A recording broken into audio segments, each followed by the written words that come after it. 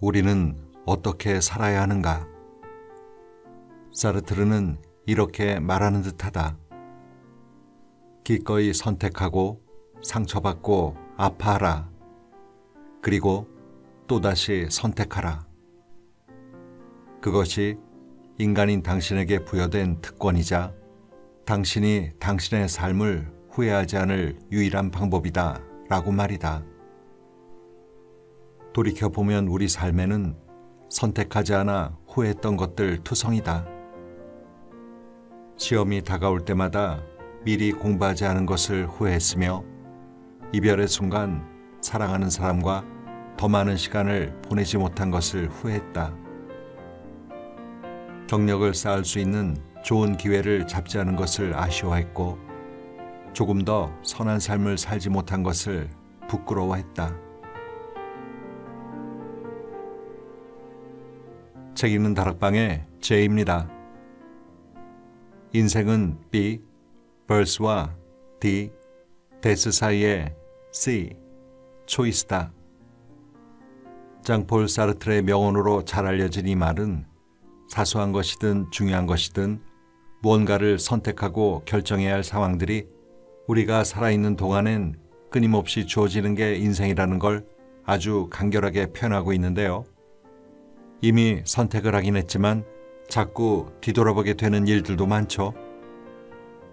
사소한 것들은 그 순간이 지나면 잊혀지지만 인생에서 중요한 선택들은 잊고 사는 듯 하다가도 불쑥 마음 밖으로 튀어나오기도 합니다. 오늘은 이런 순간에 읽어보면 좋을 책 한 권을 소개해드릴까 합니다. 빅피쉬에서 펴낸 물러서지 않는 마음이란 책인데요. 동서양 26명의 철학자들의 이야기를 통해 흔들릴 때마다 그들을 지탱해온 사상과 지혜를 엿볼 수가 있습니다. 이 책을 쓴 이준영 씨는 서문에서 이런 얘기를 합니다. 사실 세상을 살아가는데 물러서지 않는 마음이나 소신껏 살아가는 용기가 반드시 필요한 건 아니다. 아니, 오히려 그런 건 삶을 불편하게 하거나 삶에 장애가 되는 경우가 더 많다. 적당히 편하고 즐겁고 인정받는 삶을 살기 위해서는 그것과 정반대의 마음이 필요하다. 더 큰 어려움을 겪기 전에 적당히 포기할 줄 아는 마음. 내 소신과 고집은 고이 접어두고 세상의 기준과 타인의 시선에 맞춰 살아갈 줄 아는 마음. 모두가 가야 한다고 말하는 길을 의심하지 않고 따르는 마음 같은 거 말이다. 문제는 그런 타협하는 마음으로 잘 살다가도 울컥울컥 다른 감정, 다른 마음이 밀려온다는 데 있다. 내가 정말 하고 싶은 걸 하면서 살아보고 싶다는 욕심. 내가 옳다고 믿는 일을 선택할 용기. 모두가 아니라고 말해도 고집스럽게 밀고 나아가려는 열의 같은 거 말이다. 아, 물론 걱정하지 않아도 된다. 그 마음이 오래도록 변하지 않는 일은 거의 없다는 사실을 우리는 너무 잘 알고 있기 때문이다. 이 책은 말하자면 자신의 인생에서 그런 마음을 지켜낸 사람들의 삶과 사상을 만나기 위해 쓰인 책이다. 우리는 흔히 그들을 철학자라고 부른다. 사실 철학자라는 꽤 거창해 보이는 단어의 이면에는 불완전한 인간이 있다. 이들 역시 인생을 사는 동안 우리와 똑같이 실수하고 불안해하며 후회하고 아파했다. 다만 꼭 필요한 순간 그들은 우리와 달리 용기를 발휘하여 물러서지 않았을 뿐이다.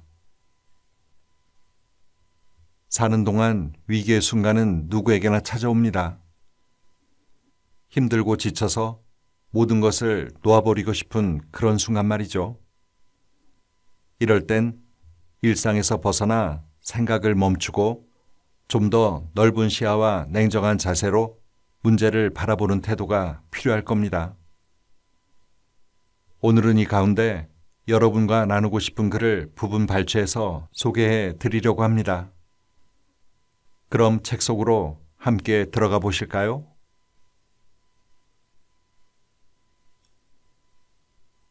욕망에는 고통이 따른다. 일이 원하는 대로 풀리지 않을 때 우리는 고통을 느낀다.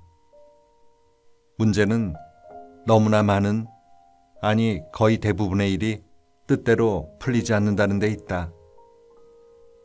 대학 입시에서 떨어지고 닫힌 취업문은 좀처럼 열릴 생각을 하지 않는다. 심기일전에서 준비한 사업에 실패하고 믿었던 사람에게 배신당해 상처받는 삶. 그게 우리 가운데 거의 모두가 살아온 과정이자 삶 자체이기 때문이다. 이런 일들을 겪다가 우리는 문득 깨닫게 된다. 어쩌면 나를 힘들고 어렵게 만들었던 일 하나하나가 고통이었던 것이 아니라 사는 것 자체가 고통인지도 모르겠다고 말이다. 물론 일이 잘 풀렸다고 해서 삶이 반드시 행복을 향해 가는 것은 아니다. 그저 이번 한 번뿐인 성공을 경험하는 경우도 많으며 더욱더 높은 곳을 욕망하다가 한순간에 나락으로 떨어지는 일도 다반사이다. 설령 운 좋게 모든 일이 뜻대로 이루어져도 마찬가지다. 온전한 행복보다는 또 다른 종류의 고통에 가까운 권태를 느끼는 경우도 많기 때문이다. 부족함 없어 보이는 재벌 3세의 마약 사건, 실시간 뉴스와 SNS에 오르내리는 정치인 및 연예인의 각종 범죄 소식은 어쩌면 이런 사실을 대변하는 하나의 좋은 예인지도 모르겠다. 때때로 우리는 스스로 묻는다. 이렇듯 고통만 가득한 세상에서 그럼에도 우리가 아둥바둥 살아야 하는 이유는 대체 무엇인가? 라고 말이다. 과연 우리는 이 고통에서 벗어날 수 있을까? 그리고 그 고통의 끝에서 우리는 어떤 결론과 마주하게 될까? 고통에서 벗어나는 두 가지 방법. 우리가 고통을 느끼는 이유는 무엇일까? 바로 의지의 무한함과 충족의 불완전성에서 나오는 괴리 때문이다. 우리의 욕망은 끝이 없다. 내가 산 차보다 등급이 더 높은 차를 갖고 싶어하는 존재. 지금 사는 곳보다 조금 더 넓은 집에 살고 싶어하는 존재. 지금 받는 것보다 더 높은 연봉을 받고 싶어하는 존재가 바로 우리라는 이야기다. 그런데 욕망은 늘 우리를 충족시키지 못한다. 50점을 받던 학생이 60점을 받았다고 해서 70점, 80점을 받고 싶지 않겠느냐는 말이다. 설령 100점을 받았다고 하더라도 우리는 그 다음 시험에서 또 다다음 시험에서도 100점을 받기를 원한다. 그럼 우리가 이 비극에서 벗어날 방법은 없는 걸까? 쇼펜하우어는 다음과 같이 두 가지 대안을 제시한다. 우선 첫째는 심미적 관조다. 심미적 관조란 대상의 아름다움을 통해서 얻는 일종의 황홀감을 말한다. 쇼펜하우어는 심미적 관조 상태에서 경험하는 안식과 평안이 우리에게 행복을 제공할 수 있다고 설명한다. 욕망의 눈으로만 세상을 바라보면 고통이 가득해 보이지만 욕망에서 벗어난 순수한 시선으로 세상을 바라보면 그 속에 담긴 아름다움 또한 확인할 수 있다는 것이다. 이런 경험을 통해 우리는 잠시 삶의 고통에서 해방될 수 있다. 하지만 이는 임시적인 해결책에 불과한 경우가 많다. 온종일 천재 작가의 명화만 보고 아름다운 영화와 소설만 감상하며 살 수 있는 사람은 별로 없기 때문이다. 그 때문에 쇼펜하우어는 둘째 대안으로 욕망으로부터 영원한 해방을 얻는 무의 상태를 제시한다. 이는 식욕, 성욕, 탐욕 등 고통의 원인이 되는 욕망을 부정함으로써 그 속박에서 벗어난 상태를 의미한다. 모든 욕망을 부정한 사람은 타인이 볼 때는 아무런 기쁨도 없이 결핍뿐인 삶을 사는 것처럼 보인다. 하지만 오히려 그는 바다와 같이 고요한 평화와 안식, 깊은 평정과 숭고한 명랑함 속에서 산다. 욕망에 휘둘리지 않고 참된 자유를 경험하게 되는 것이다. 그는 다음과 같이 말한다. 우리는 욕망의 대상이 우리의 욕망을 만족시켜 줄 것처럼 믿고 있지만 사실은 그 욕망을 끊을 때만 참된 만족을 얻는다는 것을 모르고 있다. 욕망을 끊음으로써만 우리는 고뇌의 세계에서 해탈할 수 있다. 그럼 처음의 질문으로 돌아가 보자. 고통만 가득한 세상. 그럼에도 우리가 이 세상을 살아내야 하는 이유는 대체 무엇일까? 자신의 힘으로는 어찌할 수 없는 욕망으로 고통받을 수밖에 없고 그 고통에서 벗어나기 쉽지 않은 게 우리의 삶이라면 말이다. 쇼펜하우어의 철학처럼 욕망의 사슬을 끊어내고 열반의 경지에 오른다면 좋겠지만 우린 모두 알고 있다. 그건 결코 모두를 위한 답이 될 수 없다는 사실을 말이다. 각자 나름대로 생각한 바가 있겠지만 아마도 쇼펜하우어는 자신이 쓴 문장 속에 그 나름의 답을 숨겨두지 않았나 싶다. 바로 다음의 문장의 말이다. 만약 현실에서 모든 욕망을 순조롭게 다 채우고 항상 편안하고 만족스러운 삶을 살았다면 셰익스피어나 괴테는 시를 쓰지 않았을 것이다. 플라톤은 철학을 탐구하지 않았을 것이며 칸트 또한 순수 이성 비판을 쓰지 않았을 것이다. 우리가 사상의 세계에서 만족을 얻으려고 하는 것은 현실 속에서 절망과 고통을 맛본 뒤의 일이다. 분명 삶은 고통스럽다. 굳이 고통스러운 행동을 하려고 하지 않더라도 말이다. 하지만 그 고통의 끝에서 누군가는 때때로 다시는 경험할 수 없을 것 같은 만족감과 개인 혹은 집단, 나아가 인류의 삶을 바꿀 수 있는 위대한 발견을 해내기도 한다. 너무 거창해서 부담스럽다고? 만약 부담스럽게 느껴진다면 굳이 대단하고 거창한 결과물을 떠올리지 않아도 좋다. 꾸준한 연습 끝에 잘 칠 수 있게 된 피아노 연주곡 한 편. 오랜 시간 준비 끝에 차린 따뜻한 주말 저녁 식사. 플라스틱 한 조각도 빼놓지 않은 꼼꼼한 재활용 습관이면 충분하다. 모두 귀찮고 불편한 일들이지만 어쩌면 우리는 그런 행동으로 얻은 만족과 기쁨 덕분에 또 하루를 살아가고 있는지도 모른다. 고통 가득한 이 세상 속에서 말이다. 비어 있어야 생기는 쓰임. 성인이 된 뒤부터 우리를 따라다니는 공포 중 하나가 바로 내가 쓸모없는 사람이 되지 않을까 하는 것이다. 사회생활을 시작한 지 꽤 오랜 시간이 지난 뒤에도, 아니 오래되면 오래될수록 그 공포는 더 거세게 우리를 옥죄다. 새로 들어간 직장에서 내가 도움되지 않는 사람이라고 판단하면 어쩌지? 내가 중요하지 않게 되어서 진급하지 못하면 어쩌지? 같은 현실적인 불안부터 삶의 마지막 순간 세상에 가치를 더하지 않은 별 볼 일 없는 사람이었다고 느끼게 되면 어떻게 하지?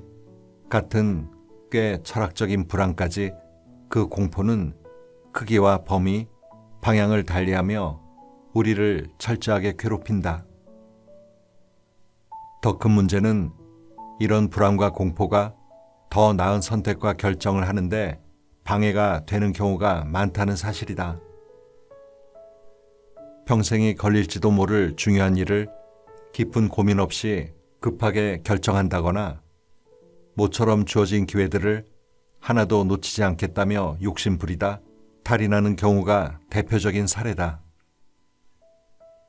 또 같은 실수를 했네 라고 생각하며 후회할 때는 이미 되돌릴 수 없는 경우가 많다. 불안해서 옳은 결정을 하지 못하고 옳은 결정을 하지 못해서 또 불안하고 불안해서 또 잘못된 결정을 하는 불안과 실수의 연속 굴레에 빠져버리게 된달까? 우리는 누구나 쓸모 있는 사람이 되고 싶어 한다. 가족과 친구에게 위로와 위안이 되는 사람이 되고 싶어 하고 직장과 사회에서 도움이 되는 존재가 되었으면 한다. 나의 쓸모에 관한 의심과 고민들로 불안해하고 싶어 하지 않는다. 과연 그런 날은 올까? 아니, 그럴 방법이 애당초 있기는 한 걸까? 질문에 대한 답을 찾기 전 이 사람의 삶부터 살펴보자. 때는 기원전 600년경이다. 중국 초나라 어느 지방에서 한 여인이 자두나무에 기대어 아이를 낳았다.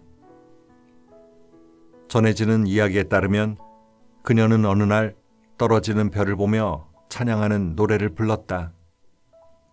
그리고 그 뒤 62년 동안 임신한다.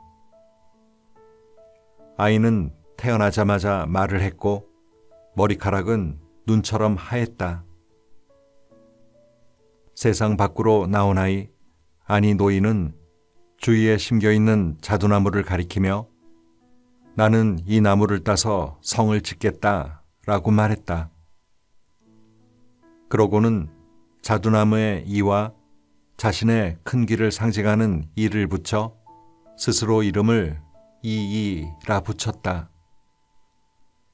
하지만 이 노인, 아니 아이가 예상하지 못한 게 있었다. 하얗게 새어있는 머리카락을 본 사람들이 그를 다른 이름으로 불렀던 거다. 늙을 노자를 쓴 노자라고 말이다. 참고로 사마천의 사기에 따르면 노자는 160세 또는 200세까지 살았다. 그가 공자보다 연장자이며 공자가 노자에게 예를 물었다는 기록도 있지만 최근에는 노자를 공자보다 훨씬 뒷세대 인물로 추정하는 경우가 많은 편이다. 이후 그는 주나라에서 왕실의 장서 관리를 도맡는 수장고 관리로 40여 년을 근무했다. 일하는 동안 자신의 재능이 드러나지 않도록 하기 위해 무던히 애를 썼다고. 앞서 말한 공자와 노자의 일화도 이 즈음에 있었던 일이다. 노자는 예를 묻는 공자에게 다음과 같이 이야기했다고 한다.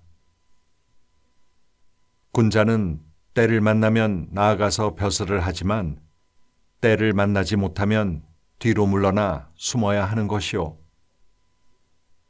내 일찍이 듣기를 훌륭한 장사꾼은 귀중품을 감춰놓은 채 아무것도 없는 듯이 행동하고 완전한 덕성을 갖춘 사람은 겉으로는 다만 평범한 사람으로 보인다 라고 했소. 그러니 그대는 몸에 지닌 그 교만과 욕심과 위선 따위를 다 버리시오. 하지만 재능은 결국 드러나게 되어 있는 법이다. 노자는 망해가는 주나라를 떠나던 도중 국경의 수비군이었던 윤이라는 인물을 만나게 되었다. 그는 한눈에 노자의 재능을 알아보고 숨어 지내기 전 자신에게 책 한 권만 남겨달라고 애원했다. 고심하던 노자는 5천 여자로 이루어진 짧은 책을 남기고 그곳을 호련히 떠났다. 책의 이름은 도덕경. 독일의 철학자인 슈테리히는 도덕경을 두고 세계에 단 3권의 책만 남기고 모두 불태워 버려야 한다면 이 책만큼은 반드시 그 3권 가운데 들어야 한다라고 이야기했다. 노자는 유가를 비롯한 당대의 여러 학파가 내세운 명분주의와 인위적인 조작에 반대한 철학자이다. 그는 무의자연의 입장을 취해야 한다고 주장했다. 여기서 무의란 행함이 없음을 뜻하는 말이다. 인위적인 제도나 노력, 질서 등을 실행하지 않음을 이야기한다고 볼 수 있다. 또한 자연이란 세상 만물에 도와 진리를 품고 있는 궁극적인 실제를 의미한다. 즉, 무의자연이란 인위적인 제도 또는 노력을 하지 않음으로써 궁극적이고 완전한 실제에 다가서게 된다는 도가 특유의 사상을 의미하는 말이라고 할 수 있다. 노자는 무의자연 사상을 그릇에 비유한다. 우리가 그릇을 쓰는 이유는 무엇일까? 노자는 비어있기 때문이라고 말한다. 우리는 무언가를 담기 위한 용도로 그릇을 사용한다. 오목한 그릇에는 밥과 국을 담고 넓고 평평한 그릇에는 제육볶음이나 생선구이 같은 요리와 반찬을 담는 식이다. 반대로 가득 차거나 빈틈이 없는 그릇에는 아무것도 담지 못한다. 쓸모없는 물건이 되어버리는 거다. 그는 이렇게 말한다. 30개의 바퀴살이 모이는 바퀴통은 그 속이 비어있음으로 해서 수레로서의 쓰임이 생긴다. 진흙을 이겨서 그릇을 만드는데 그 비어있음으로 해서 그릇으로서의 쓰임이 생긴다. 문과 창문을 내어 방을 만드는데 그 비어있음으로 해서 방으로서의 쓰임이 생긴다. 따라서 유가 이로운 것은 무가 용이 되기 때문이다. 노자는 수많은 나라가 중국을 통일하기 위해 각축전을 벌이던 혼란기를 산 인물이었다. 각 나라의 지도자와 정치가, 사상가들은 각자 자기 나름의 명분과 정의를 내세워 자신들의 뜻을 이루고자 했다. 지도자들은 조금이라도 더 많은 땅을 차지하기 위해 발버둥 쳤고, 사상가들은 그런 이들을 꿰어 자신이 등용되고 이름이 알려지도록 분투했다. 물론 이들의 계획은 대부분 성공하지 못했다. 이들은 실패할 때마다 더 조급해졌으며 그 조급증으로 인해 수많은 백성이 고통받았다. 노자는 이런 시대를 직접 겪으며 생각했던 듯하다. 세상을 이처럼 고통스럽게 만드는 것은 자신의 쓸모를 증명하기 위해 발버둥치는 사람들일지도 모른다 라고 말이다. 노자가 만약 지금 되살아난다면 어떤 생각을 할까? 아마 자신의 시대와 크게 다르지 않다고 생각하지 않을까? 여전히 혼란한 시대 상황, 그 속에서 자신을 증명하기 위해 애쓰는 사람들을 보면서 말이다. 그는 우리를 보며 이런 조언을 할지도 모르겠다. 잠깐만 내려놓고 지내보는 건 어떻습니까? 너무 바쁘고 지쳐 보여서 뭐라 조언도 못하겠고 제안도 하기 어려워 보이네요. 흘러가는 건 흘러가도록 놔둬봅시다. 그런다고 세상 끝나는 거 아니지 않나요? 라고 말이다. 자신을 잘 살피지 않는 사람은 불행하다. SNS가 일상으로 들어온 뒤부터는 24시간 엄친아들과 사는 기분이다. 어쩜 다들 그렇게 잘나고 멋지고 행복하게 사는 건지. 어느새 이 세상은 온통 파티와 기념일 가득한 곳으로 변해버린 것 같다. 물론 나만 쏙 빼놓고 말이다. 친구들은 주말만 되면 온갖 힙으로 무장한 삶을 살기 시작하고 졸업 후 연락 끊겼던 선배와 후배, 동기들은 전 세계 곳곳을 누비며 장기 휴가와 원격 근무를 즐기는 디지털 노마드가 되었다지 아마. 문제는 그들의 멋진 일상이 영화나 광고 속의 그것과는 조금 다른 느낌으로 우리에게 다가온다는 데 있다. SNS는 우리가 기존의 대중매체에서 보던 것보다 훨씬 가까운 모습으로 대상을 보여준다. 특별한 외모를 가진 사람을 골라 최상의 분장, 조명, 편집 상태를 보여주는 것이 아니라 나와 다를 것 없어 보이는 사람이 누리는 일상 같은 모습을 보여준다는 얘기다. 저 멀리 중동의 만수르가 어제 1조를 벌었든 10조를 벌었든 무슨 상관인가? 하지만 그 소식이 내 주변에서 벌어진 일이라면 이야기가 달라진다. 아니, 그렇게 크고 거대한 성공이 아니어도 된다. 수도권 외곽에 작은 집 한 채 마련한 친구의 소식. 주식과 비트코인으로 꽤 짭짤한 수익을 얻은 대학 선배의 이야기. 누구보다 평범했지만 잘 키운 채널 하나로 퇴사에 성공한 어느 유튜버의 브이로그만으로도 나를 질투심에 불타게 하기는 충분하니 말이다. 그곳에 전시된 삶들이 나를 우울하고 위축되게 만든다는 사실은 나도 잘 안다. 그들의 삶이 진짜가 아니라는 사실도 말이다.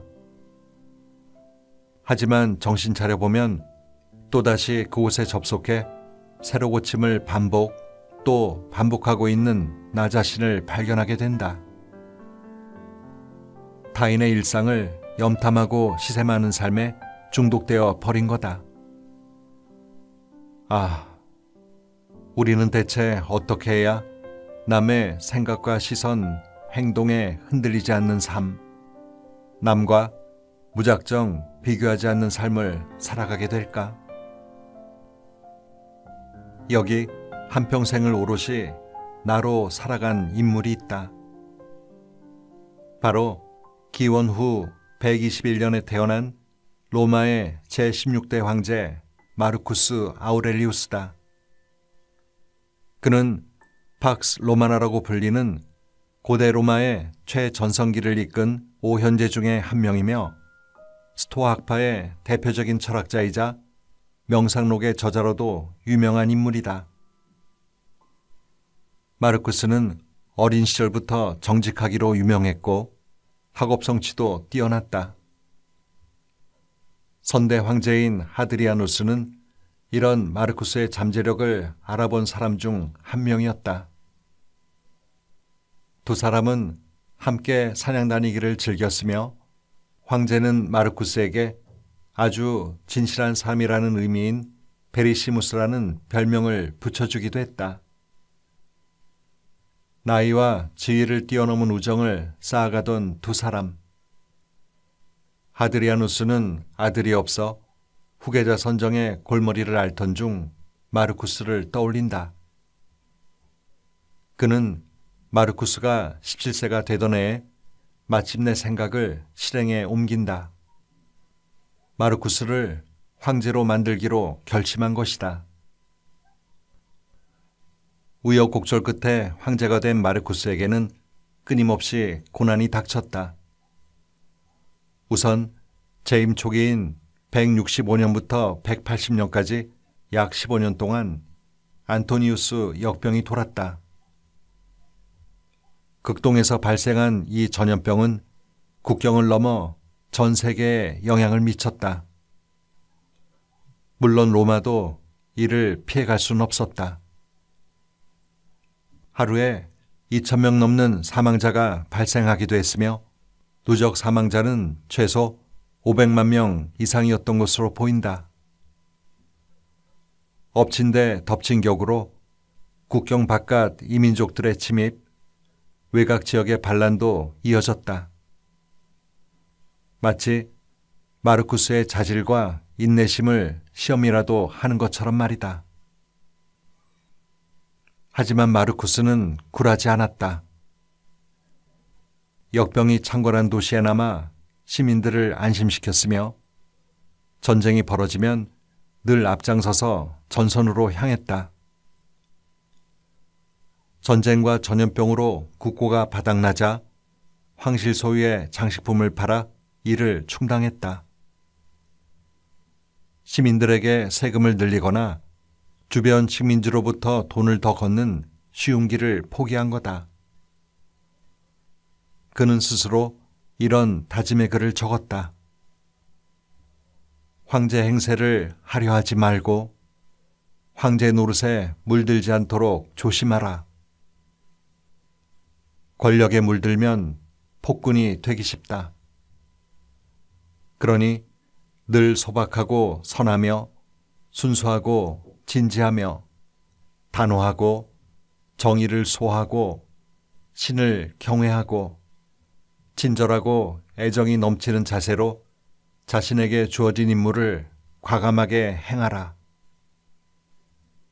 철학이 추구하는 이상적인 사람으로 남기 위해 애쓰라. 후대의 역사학자인 헤로디아누스는 마르쿠스를 이렇게 평가했다. 철학 이론에 관한 지식이 아닌 흠없는 성품과 온건한 삶의 방식으로 철학의 가르침을 증명한 유일한 황제라고 말이다. 그럼 그는 대체 어떤 인생관과 리더십을 바탕으로 사고했을까? 아마도 그의 사상을 한 문장으로 정리하면 이렇게 표현할 수 있을 것 같다. 바로 너 자신이 되어라 라고 말이다. 그는 수많은 어려움 속에서도 자기 자신을 잃지 않기 위해 노력했다. 끔찍한 전염병이 돌 때도 두려워하지 않았으며 배신을 당했을 때도 격정에 사로잡히지 않았다. 아내와 여러 명의 자식을 잃는 비극 속에서도 무너지지 않았으며 늘 선한 사람이 되어야 한다고 가슴 깊이 되새겼다. 이렇게 말이다. 외부 환경으로 인해 불안해지고 혼란스러워진다면 신속하게 너 자신으로 돌아가라. 불안과 혼란에 필요 이상으로 노출되지 말라. 끊임없이 너 자신으로 돌아간다면 네가 처한 환경을 더 잘 다스리게 될 것이다. 그리고 그는 이런 삶을 살아가기 위해 밤낮 없이 수양하고 성찰했다. 그는 자신의 생각과 경험에 더해 선대 철학자들의 이야기를 끊임없이 적어내려갔다. 더불어 자신이 사색한 과정과 그 결과를 적었으며 가족에게 배운 예의와 겸손함을 기록했고 좋은 사람들을 만날 수 있게 해준 신을 찬양했다. 그는 이렇게 말했다. 너의 마음을 즐겁고 기쁘게 하고자 한다면 함께 어울리는 사람들의 좋은 점을 떠올려 보라. 예를 들면 이 사람은 활력이 넘치고 저 사람은 겸손하며 또 한 사람은 너그럽고 또 다른 사람은 어떤 좋은 점이 있는지 생각해 보라. 우리가 함께 살아가는 사람들의 성품 속에서 다양한 미덕을 많이 발견할 수 있다. 이런 점을 생각할 때처럼 즐겁고 기쁜 순간은 없다. 이런 깨달음이 그저 생각으로만 머물러서는 안 된다. 마르쿠스는 이를 행동으로 바꾸기 위해 끊임없이 노력했다. 평생 황제답지 않은 소박한 삶을 유지했으며 주위에 덜덜 떨면서도 항상 최전선에 나갔다. 황제의 금고를 열어 채무자들의 빚을 탕감해 주었으며 거리로 나와 전장에서 돌아온 황제를 반기는 시민들에게 감사의 선물을 잊지 않았다.